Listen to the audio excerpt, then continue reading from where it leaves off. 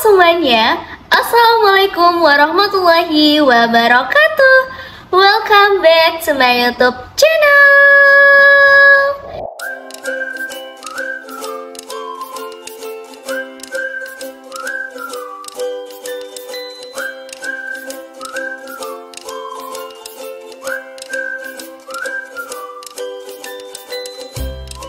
Yap, di video kali ini seperti biasanya Karissa kembali untuk update konten lagi seputar seleksi masuk kampus untuk tahun 2024. Nah, kali ini Karissa akan membahas tuntas tentang bedanya SNBP dan juga SNBT.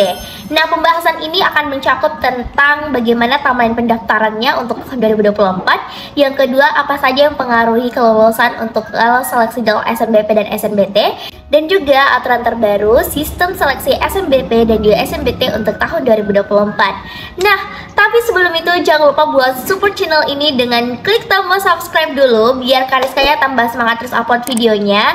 Dan teman-teman jangan lupa share juga kalau misalnya video ini dirasa bermanfaat untuk kalian sesama pejuang seleksi masuk kampus tahun 2024. Jangan lupa juga buat ikuti sosial media Kariska, baik itu Instagram Kariska @latsa_umptkin dan juga TikTok Kariska. Semoga dengan segala konten yang Kariska buat itu bisa bermanfaat untuk kalian dan memudahkan kalian untuk masuk ke PTN dan jurusan impian kalian. Di sini juga Kariska ingin menyampaikan untuk kamu yang butuh bimbingan secara intens persiapan seleksi SNBT dan juga UMPTKIN, Kariska buka pendaftaran les bimbingan online-nya yang itu secara langsung akan jadi tutornya itu adalah Kariska sendiri, dan itu kalian bisa mendapatkan pembahasan soal dan juga beberapa tips dan trik buat kalian lolos di jalur seleksi baik SNBT maupun UMPTKIN.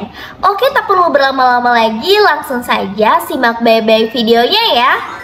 Oke, kali ini Kariska akan membahas tuntas tentang bedanya SNBP dan SNBT 2024.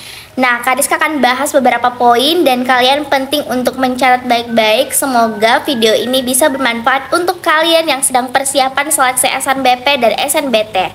Oke, langsung saja. Sudah tahu apa itu SNBP dan SNBT? Bedanya adalah kalau SNBP itu adalah seleksi nasional berbasis prestasi yang dilakukan berdasarkan hasil penelusuran prestasi akademik dengan menggunakan rapor serta prestasi akademik dan non-akademik siswa.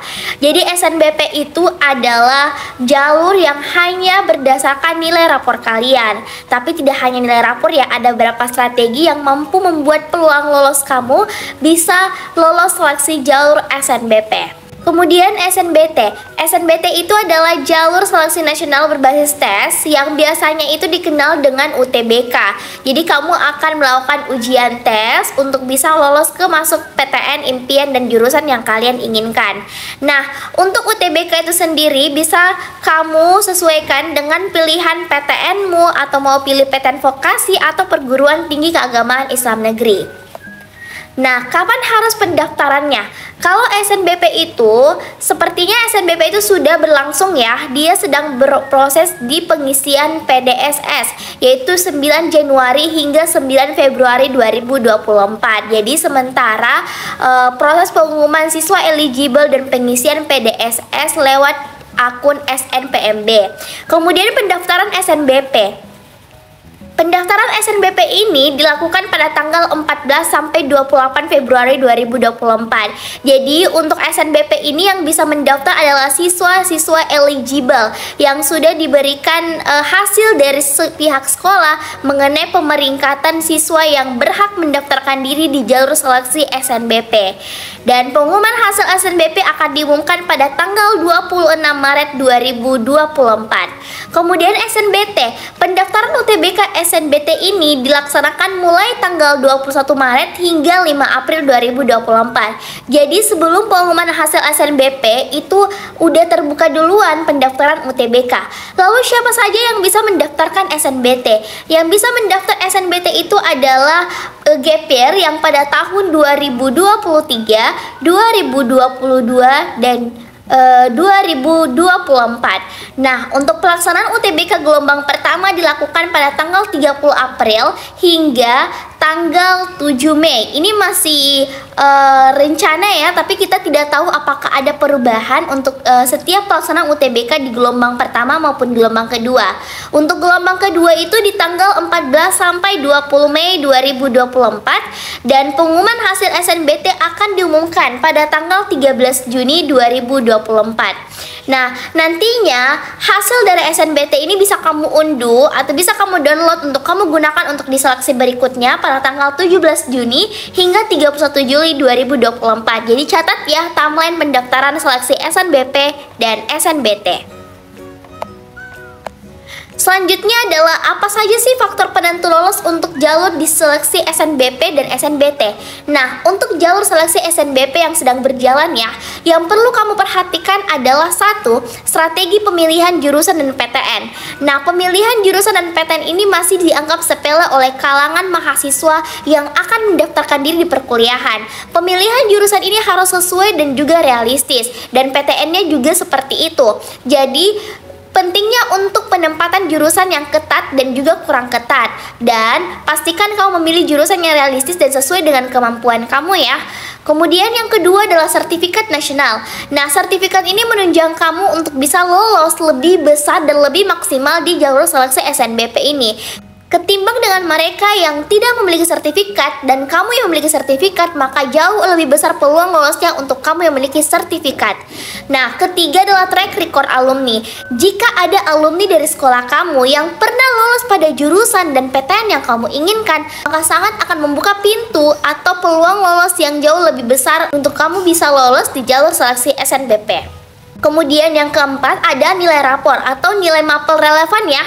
Nah, nilai rapor ini kan seperti kita ketahui bahwa SNBP itu pendaftarannya gratis dan tidak memungut biaya apapun, dan dia hanya mengandalkan nilai seleksi rapor kalian. Nah, misalnya kamu milih jalur kedokteran, maka rapor yang ditonjolkan adalah nilai biologi. Jadi ketika kamu nilai biologinya itu menunjang untuk kamu memilih jurusan kedokteran, maka itu akan membuka peluang lolosnya jauh lebih besar untuk lolos di SNBP. Kemudian yang kelima adalah akreditasi sekolah. Akreditasi sekolah ini jika kamu memiliki akreditasi yang baik di sekolah kamu, maka kamu akan membuka peluang atau membuka kota yang lebih besar untuk bisa lolos di jalur SNBP di PTN yang kamu inginkan. Seperti itu ya. Oke. Kemudian untuk faktor penentu jalur seleksi SNBT, yang pertama adalah cermat milih jurusan yang sesuai. Jadi misalnya ketika kamu mengetahui passing grade atau skor yang kira-kira bisa kamu loloskan masuk ke jurusan tersebut, maka pilihlah yang sesuai dengan kemampuan kamu. Jangan memilih jurusan yang sangat tidak terlalu realistis atau tidak sesuai dengan kemampuan kamu. Misalnya kamu milih jurusan kedokteran yang mungkin gambaran orang-orang yang lulus jurusan kedokteran itu adalah nilai dari skor UTBK itu minimal 800 plus. Sedangkan ketika kamu sudah melakukan ujian tryout ataupun beberapa ujian-ujian lainnya dan kamu hanya stuck di skor 400 atau 500, maka otomatis kamu sudah gagal. Jadi kalau misalnya kamu memang betul-betul mau masuk ke jurusan yang punya tingkat persaingan yang ketat, maka belajarlah semaksimal mungkin untuk bisa tembus ke skor tersebut. Kemudian yang kedua adalah relevan dengan yang pertama adalah skor nilai UTBK. Ini penting ya. Jadi pelajarilah baik-baik semua materi subtes yang akan keluar di ujian UTBK. Jadi kamu akan bersaing dengan orang-orang yang memilih ke jurusan yang kamu inginkan dan memperebutkan kota yang tersedia di PTN tersebut.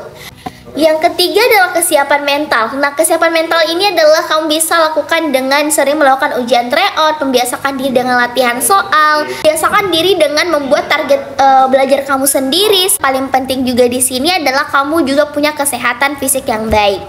Kemudian yang keempat adalah kelengkapan berkas. Jadi pada proses pendaftaran isilah berkas-berkas yang sesuai, dan berkas ini harus menyesuaikan juga pada saat kamu terjun ke lapangan hari H ujian UTBK kamu. Apa saja yang dibawa pada saat hari H ujian UTBK itu juga penting ya. Oke? Jadi ini saja adalah faktor-faktor yang akan mempengaruhi kamu untuk lolos ke jalur seleksi SNBP atau seleksi SNBT 2024.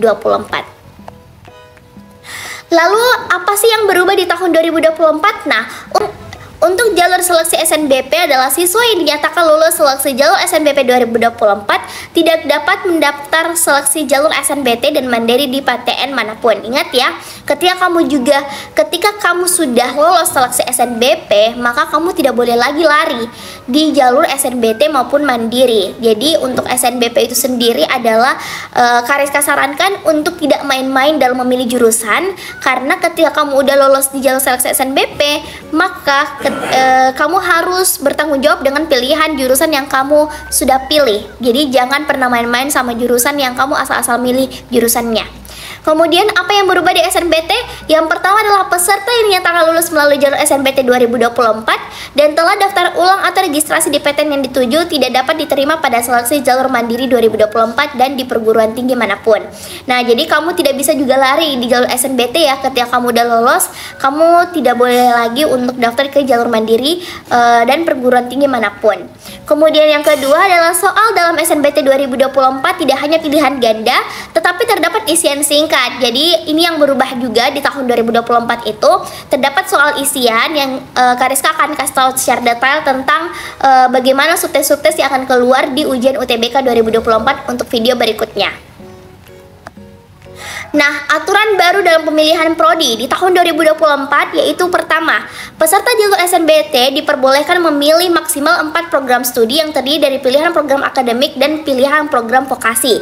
Di mana catatannya di sini adalah 2 program akademik dan 2 program vokasi, minimal ada 1 program diploma 3. Nah, jadi sini kita lihat, bagi calon mahasiswa yang hanya memilih 1 atau 2 prodi, bebas memilih program apapun. Jadi maksudnya di sini adalah kalau kamu memilih 1 atau 2 prodi, kamu bisa memilih mau program vokasi atau mau program akademik.